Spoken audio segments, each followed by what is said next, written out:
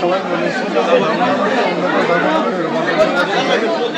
তার জন্য ধর্মনগরের সকল অঞ্চল মানুষের সাহায্য সহযোগিতা কামনা করি এবং আপনারা প্রেস মিডিয়ার বন্ধুরা যারা রয়েছেন আপনাদের সবার সহযোগিতা আমি কামনা করি। আপনাদের সবাইকে নিয়ে এবং সবার সহযোগিতা আমরা ধর্মনগরকে আরও উন্নত করতে চাই। তার জন্য ধর্মনগরের সকল অংশের মানুষের সহযোগিতা, সহমর্মিতা এবং সবার সহযোগ যাতে থাকে তার জন্য আমি বিনম্রভাবে সবার কাছে আবেদন রাখছি, আপনারা সবাই এগিয়ে আসুন। আমরা সবাই মিলে ধর্মনগরে রূপান্তরিত করতে চাই।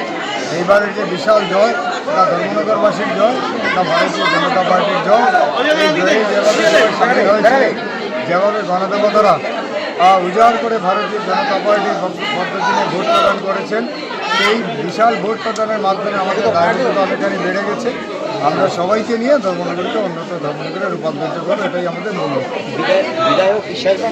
আপনারা ইতিমধ্যে দেখেছেন ধর্মনগরের কয়েকটা জায়গায় আমরা ভিজিট করেছি সরকারি দপ্তরের আধিকারিকদের নিয়ে। আমরা সেই কাজগুলো অতি সত্তর আমরা পূরণ করছি।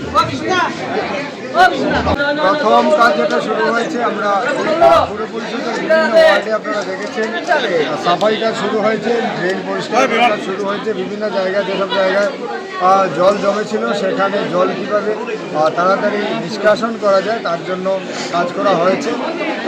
রাস্তাঘাটেরও কাজকর্ম ইতিমধ্যে শুরু হয়ে যাবে এবং আমরা এর মধ্যে ধর্মনগরে যেসব পিঙ্ক টয়লেট তৈরি করা হয়েছিল এগুলো আমরা ইতিমধ্যেই আমরা সেগুলো চালু করব এবং ধর্মনগর ছোটো দিঘির পাড়ে যে স্টলগুলো নির্মাণ করা হয়েছে ব্যবসায়ীদের জন্য, সেগুলো খুব তাড়াতাড়ি সেগুলো ব্যবসায়ীদের মধ্যে বিলি বন্টন করা হবে।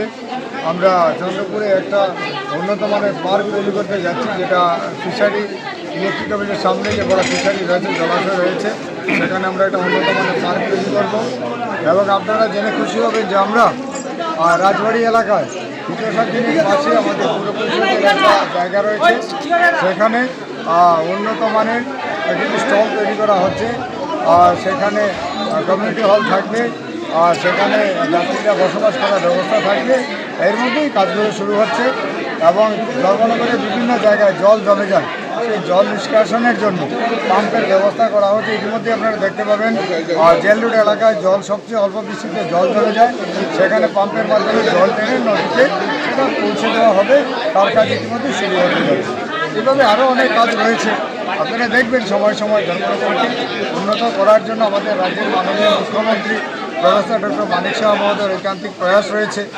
আমাদের মন্ত্রিমণ্ডলের সদস্যরা যারা রয়েছেন প্রত্যেকের সঙ্গে আমার কথা হয়েছে যে ধর্মনগরের উন্নয়নের জন্য আমি আপনাদের কাছে আসবো। সবাই আশ্বস্ত করেছেন আমাকে যে ধর্মনগরের উন্নয়নের জন্য ওনারা অঙ্গীকারবদ্ধ। আমাদের মাননীয় প্রদেশ সভাপতি সম্মানিত রাজীব ভট্টাচার্য মহোদয়, উনিও ধর্মনগর কীভাবে উন্নয়ন করা যায় ওনার সঙ্গে আমার আলোচনা হয়েছে, উনিও সেই ব্যাপারে সহযোগিতার আশ্বাস দিয়েছেন। এবং সর্বাবস্থায় আমাদের সবচেয়ে বড় যে গ্যারেন্টি নরেন্দ্র মোদীজি রয়েছেন।